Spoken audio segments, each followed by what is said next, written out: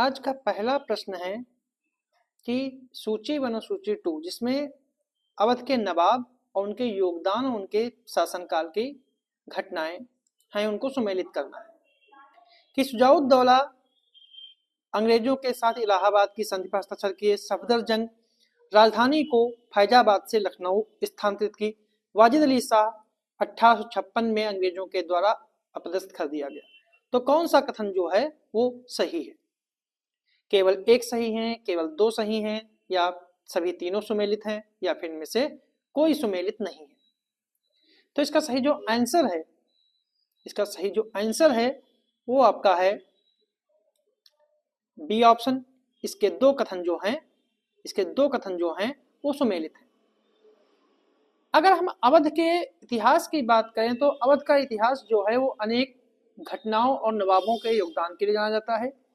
इन नवाबों ने ही British east India company के साथ संबंधों की दिशा निर्धारित की और इस क्षेत्र की नीयत को आकार देने में महत्वपूर्ण भूमिका निभाई। अगर हम सादत खां की बात करें तो सादत खां ने ही अवध के स्वतंत्र राज्य की स्थापना की और इन्हें बुरहान उल मुल्क के नाम से भी जानते हैं। 1722 में इन्हें मुगल सम्राट के द्वारा पहला नवाब नियुक्त किया गया था। शुजाउद्दौला का कार्यकाल जो है शुजाउद्दौला का कार्यकाल जो है वो 1754 से लेकर 1775 तक रहा है।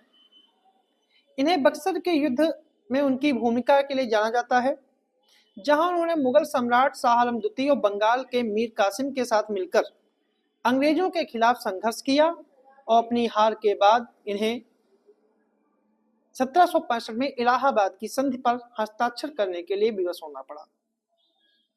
इसी संधि ने बंगाल और इन क्षेत्रों में ब्रिटिश ईस्ट इंडिया कंपनी के प्रभुत्व की पुष्टि की और संधि के तहत शुजाउद्दौला को अपने क्षेत्र के कुछ भाग अंग्रेजों को सौंपना पड़ा और उन्हें अत्यधिक क्षतिपूर्ति का भुगतान भी करना पड़ा। इसलिए पहला कथन जो है वो सही है। अगर सफदरजंग की बात करें तो सफदरजंग का कार्यकाल जो रहा है वो 1739 से लेकर 1754 तक रहा है। 1754 तक इन्होंने अपने राज्य को मराठा आक्रमण से सुरक्षित रखने और मराठा सरदारों के साथ गठबंधन किया। वो एक शक्तिशाली नेता था जिन्होंने अवध क्षेत्र का विस्तार किया और उसे मजबूत किया। ठीक है। असफाउद्दौला जो थे वो अवध के चौथे नवाब थे, जिन्होंने 1775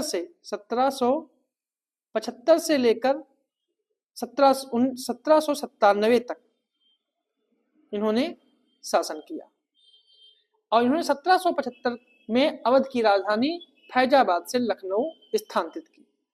इस बदलाव ने उत्तर भारत में लखनऊ को एक सांस्कृतिक और राजनीतिक केंद्र के रूप में स्थापित करने की शुरुआत की। असफाउद्दौला को कला के संरक्षण के लिए जाना जाता है और उन्होंने बड़ा इमामबाड़ा भी निर्माण करवाया था। बड़े इमामबाड़े के निर्माण के पीछे कहानी थी कि ये कहा जाता है कि उस समय लखनऊ में अकाल पड़ा था और भुखमरी से लोग परेशान थे, तो राजकोष से उन्हें पैसा देने के लिए एक इमारत बनवाई गई जिसे इमामबाड़ा कहते हैं। इसके बारे में कहा जाता है जिसको ना दे मौला उसे दे असफाउद्दौला। इसलिए इसका दूसरा कथन जो है वो गलत है।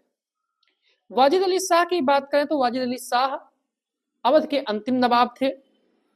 इन्होंने 1847 से लेकर 1856 तक शासन किया और इनका शासन लखनऊ की समृद्धि के लिए जाना जाता है। लेकिन इन पर कुशासन के बहाने अवध पर अंग्रेजों के कब्जे के लिए भी याद किया जाता है। 1856 में अंग्रेजों ने वाजिद अली शाह को हटा दिया और अवध का विलय ब्रिटिश साम्राज्य में कर लिया और जो यह घटना थी यह 1857 के विद्रोह का एक महत्वपूर्ण पूर्व संकेतक भी थी। इसलिए तीसरा कथन जो है वो सही है। इसलिए इसके बी ऑप्शन जो है वो इसका सही है। अगला प्रश्न है, कर के संदर्भ में निम्नलिखित कथनों पर विचार करें टैक्स के संबंध में कि चौथ मुख्य रूप से मराठों के द्वारा उनके प्रत्यक्ष नियंत्रण के बाहर के क्षेत्रों पर लगाया जाने वाला कर था, जो राजस्व का 1/4 होता था। सरदेशमुखी राजस्व पर 10% का एक अतिरिक्त कर था जो मराठा शासकों का वंशानुगत अधिकार माना जाता था। तो इनमें कौन सा सही है? केवल एक, केवल दो, दोनों या फिर दोनों नहीं। जिसका सही जो आंसर है वो आपका है सी ऑप्शन। इसके दोनों कथन जो हैं वो सही है। अगर मराठा कर की पृष्ठभूमि की बात करें तो 17वीं शताब्दी में छत्रपति शिवाजी के द्वारा स्थापित मराठा साम्राज्य भारतीय उपमहाद्वीपों में एक अजय शक्ति के रूप में उभरा, जिसने मुगल साम्राज्य और अन्य क्षेत्रीय शक्तियों को के प्रभुत्व को चुनौती भी दी। अपने सैन्य अभियान और प्रशासन को बनाए रखने के लिए मराठों ने एक मजबूत कर प्रणाली बनाई, जिसमें चौथ और सरदेशमुखी प्रमुख थे। इन करों ने उनके राजस्व संग्रह और क्षेत्रीय विस्तार में भूमिका निभाई। अगर हम चौथ की बात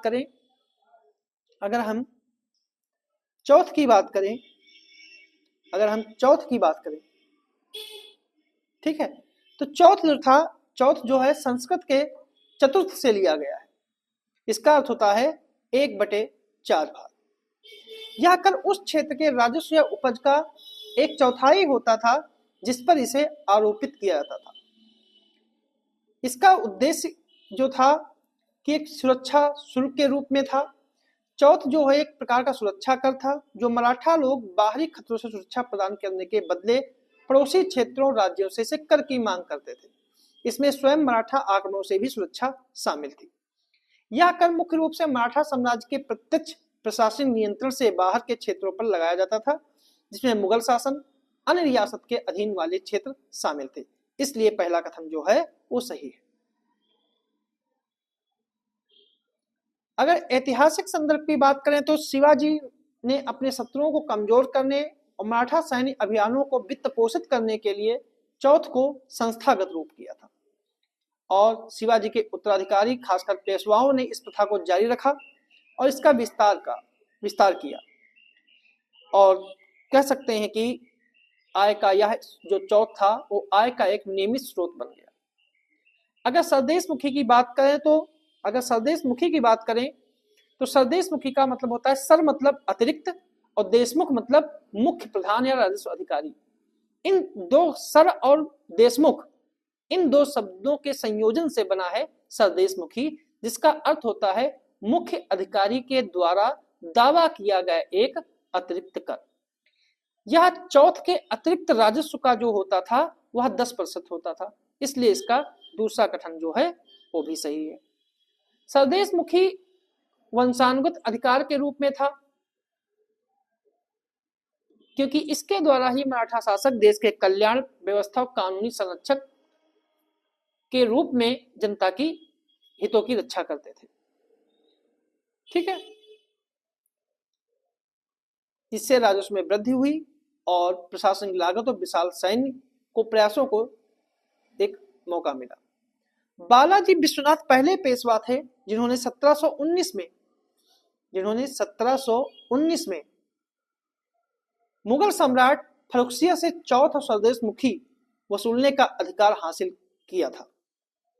बालाजी विश्वनाथ के पुत्र बाजीराव प्रथम ने मुगल साम्राज्य के विभिन्न क्षेत्रों में चौथ और सरदेशमुखी कर की वसूली को लागू किया और इसका विस्तार किया।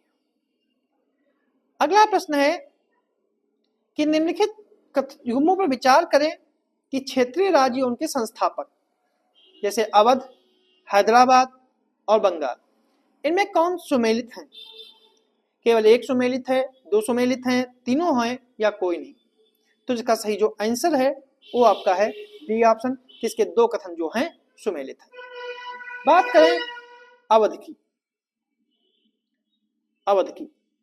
अवध जो है भारत के उत्तरी क्षेत्र जिसे वर्तमान में आधुनिक उत्तर प्रदेश कहते हैं। यह 18वीं 19वीं शताब्दी में समृद्ध राज्यों में इनकी गिनती होती थी।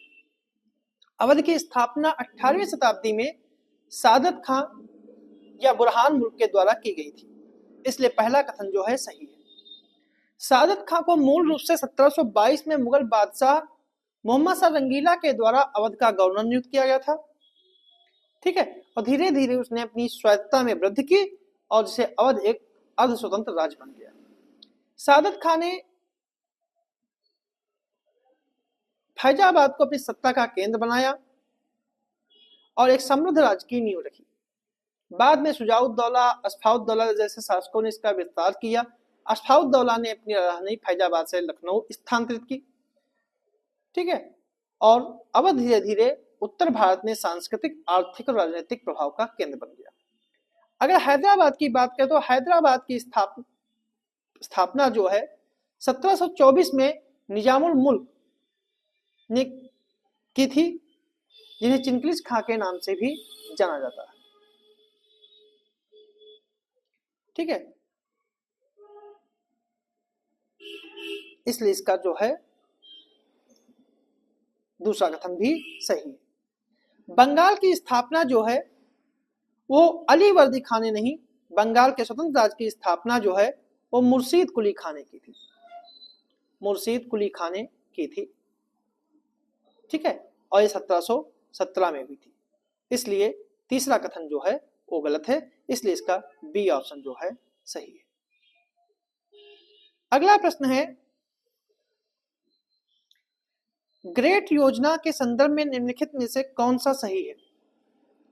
कि इसका उद्देश्य पारंपरिक हथकरघा और हस्तशिल्प को बढ़ावा देना है, इसका उद्देश्य तकनीक वस्त्र क्षेत्र में उद्यमशीलता और नवाचार को बढ़ावा देना है, इसका उद्देश्य ग्रामीण क्षेत्रों में कपड़ा श्रमिकों को वित्तीय सहायता प्रदान करना है, या भारतीय वस्त्र उद्योग में जैविक कपास का उत्पादन बढ़ाने की एक योजना है। तो कौन सा कथन सही है? तो इसका सही जो आंसर है वो आपका है बी ऑप्शन। इसका उद्देश्य तकनीक वस्त्र क्षेत्र में उद्यमशीलता व नवाचार को बढ़ावा देना है। इसकी नोडल मंत्रालय जो है वस्त्र मंत्रालय है। इसके योजना के तहत 18 महीने तक अवधि तक के लिए 50 लाख तक का अनुदान सहायता प्रदान की जाती है, ठीक है। अगला प्रश्न है कि निम्नलिखित युग्मों पर विचार कीजिए कि तवा जलाशय, नंजरायन झील और काजूवेली पक्षी अभयारण्य, ठीक है, ये किस राज्य से संबंधित है? तो इनमें कितने जो हैं वो सम्मिलित हैं? केवल एक, केवल दो, तीनों या कोई नहीं? तो जो इसका सही जो आंसर है वो आपका है, इसका सही जो आंसर है वो आपका है ए ऑप्शन, केवल एक, मतलब केवल एक सम्मिलित है, ठीक है। क्योंकि नजरायन झील जो है, नजरायन झील जो है यह तमिलनाडु के तिरुप्पुर जिला में है, तिरुप्पुर जिला में है, और ये उथली हुई आर्द्रभूमि है, ठीक है, और यह कृषि के लिए भी लाभदायक है। तो ये कर्नाटक में नहीं है बल्कि कहाँ है? तमिलनाडु में, ठीक है, कर्नाटक में नहीं है, तमिलनाडु में। मतलब दूसरा कथन जो है वो गलत है।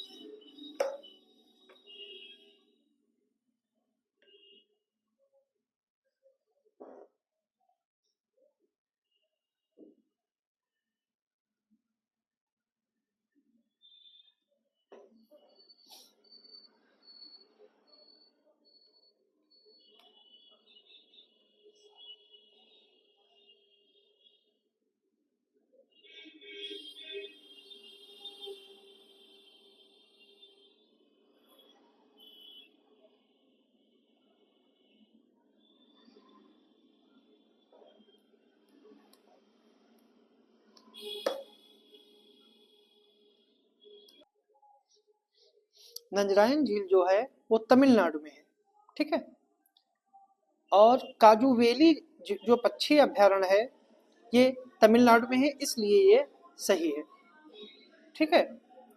और तवा जलाशय जो है वो मध्य प्रदेश में है, ना कि महाराष्ट्र में है, इसलिए पहला और दूसरा जो है गलत है, तीसरा जो है वो केवल एक सही है, ठीक है। इसलिए इसका ए ऑप्शन जो है वो सही है। तो ये थे हमारे आज के कुछ प्रश्न।